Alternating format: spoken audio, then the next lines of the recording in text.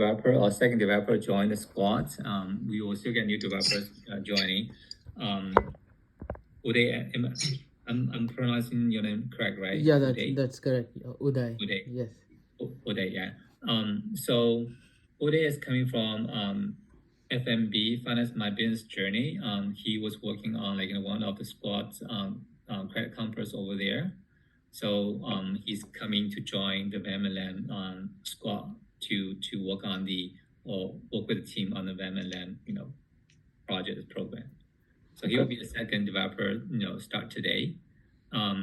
He's already working on BCP0 those credit space applications under different app codes. But tech stack from backend is same as and as BEP0 or Y20. Spring Boot APIs, etc. So I just want to connect him with you, Yash. So if he's got a question about how does the DevOps pipeline set up in BEP0 or the Git deployment, in theory it's exactly the same. Uday, the two app codes. The only slight difference for BEP0 could be the configuration parts or the API starter, the structure I think probably the only difference maybe is the API configuration. Maybe Yash can show you once you get ready to work on your API. Okay. Yep. Cool. I can send those details. Yeah. Yeah. So Yash, if you can actually maybe give Uday a quick overview. He's already familiar with everything with IBC. How long have you been with IBC now, Uday? It's been 9 months. I started last June. Yes. Okay, cool. Okay. And you already deliver the BCP0 PCF APIs, right? Yes. So most of the part I work on OAP0 and OAT0. So I also work on YE20 and BCPO at times. Okay. So yeah, it's all right. It's just different app codes, and it's Spring Boot Spring Boot REST API, right? Yes. Okay. Yeah. So I think you pretty much have everything set up. I think maybe Yash when you get him set up on BEP0, Gits, etc. Yes, sir. I will help him out. Okay. Cool. So Uday is probably gonna work on these three interfaces. Yash. Maybe I just give you the background as well. Part of the VMLM system, the first step is to onboard a client and accounts into their system. So for VMLM management, they have to identify which clients and then get list of their accounts and then set up the structure they call suite structure from LAM system for those accounts. So the first 3 steps is they actually need to search for clients, get client details, and get list of accounts from RBC. So behind the scene, we're gonna have to create a new API to call either a CCP API or a new SRP API from DDS team, and then map to the data elements that's VMM needs, right? So they have input, request and response. So we're gonna call one API, but we're gonna take the response from them and map the response from the other API to the list of data elements that VMM needs. So that's the 3 API that. Do they have a Swagger there or no? I don't think there's a HTTP response. Maybe we could ask them if there's Swagger, then it would be much easier to. So we could. So we could go with a manual Swagger if not. Yeah. I will ask them if they have a Swagger, but if not, we can create a Swagger because this is the request and response request and a response, right? It's one layer. Request API URLs. I think they probably already have it. I can ask them. Yeah.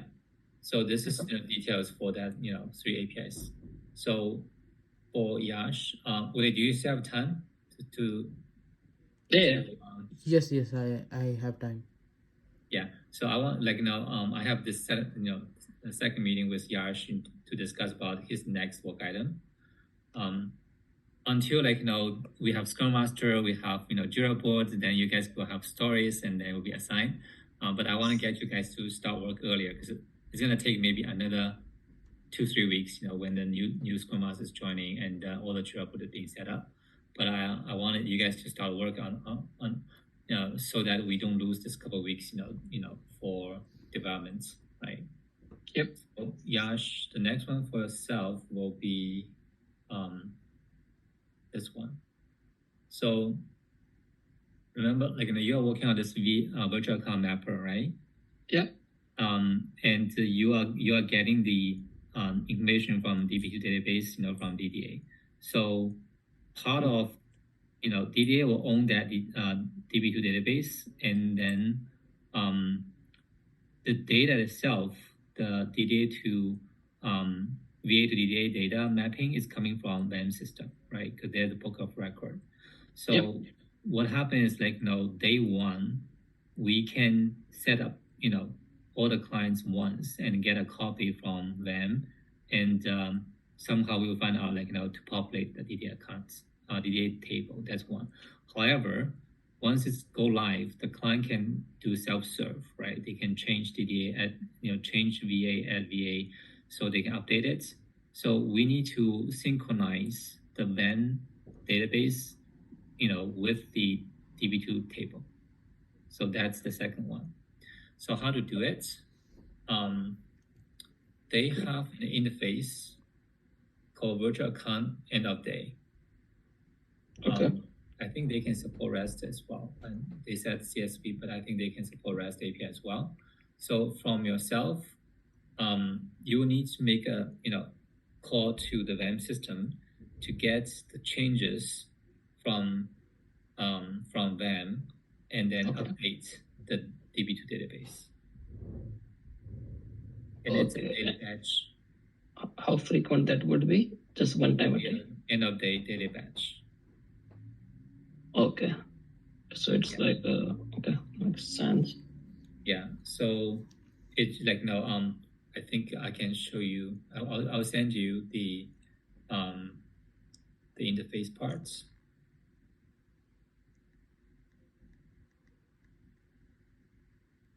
Think when the results counts seconds.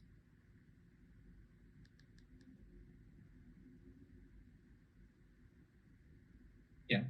So virtual accounts end of day interface.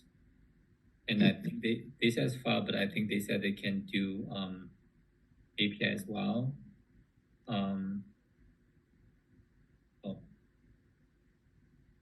API availability for online. I think I saw something on at Mobile level. Go up a bit. Yeah, here interface endpoint.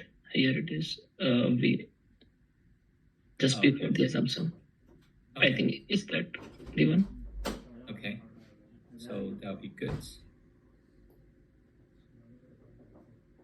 Yeah. So the interface, yeah. So request is the date. Bank ID is always hard coded for RBC. They're gonna actually set up a bank ID for us. It's always one static value, and their response will have a header ID, and the detail will just repeat by itself. Virtual account number, bank ID, etc., etc. So you probably have to look into wow, there's lots.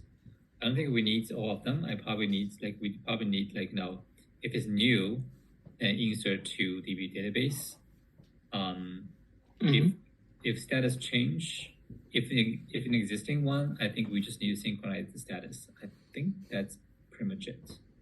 We probably don't delete them. We just change the status, from active to non-active. I think your logic will be select the VA from DBA. If it doesn't exist, then insert a record there. If it exists, then check the status. If it's not changed, then just don't worry about it. If changed, then update the status. I think that should be it. Okay, so no Nothing related to the VA. Sorry. Right. So So the transit account number, those Oh. things won't be changed, right? Or transit that account, can be changed. no, they can change. No. they What can about the nickname? Oh, nickname. Yes, they can change it. Do we store the nickname in the DB2? Oh, Yes, V2. Yeah. we do. Good point. Yeah. If nickname has changed, then we're gonna have to update nickname. Good point. Mm-hmm. So Okay. mainly status the nickname then. Status and nickname, those two fields need to be changed. Yeah. If it is changed. Yeah. You can ignore the rest of them. Oh, that's a lot. Yeah. You can ignore the rest of them. This is a sample file which has this automation. If you decide gonna use API, I think you can decide even use like in a file. Up to you. If you prefer API, then make API call. If you prefer file, then we can ask them to send it in the file, like FTP or But STP. yeah, okay. I will need to talk with the DevOps guys just to understand if we can run a clone job on of our end or not. Basically, I'm thinking in terms of like if we can run one of the chart files, right? That is there, and that when that is run, it can either go grab the file or can call the endpoint and update the database, and that is it. We don't need to have it like basically set up as an API on the. This doesn't have to be an API. Yeah. You can reach out to Francis, because they did batch processing for the pricing parts. So they have a daily batch. We'll read a file from DBA and then insert into their database for pricing. So and they have a batch job. Maybe you can check with either Vina or Francis. Vina or Francis. Okay. Yeah. Do you know Vina? Yeah, Vina Harikumar. Yeah. Oh, Francis. Maybe just check with Francis then. They implemented this last year, so just check with them, like say what's their scheduling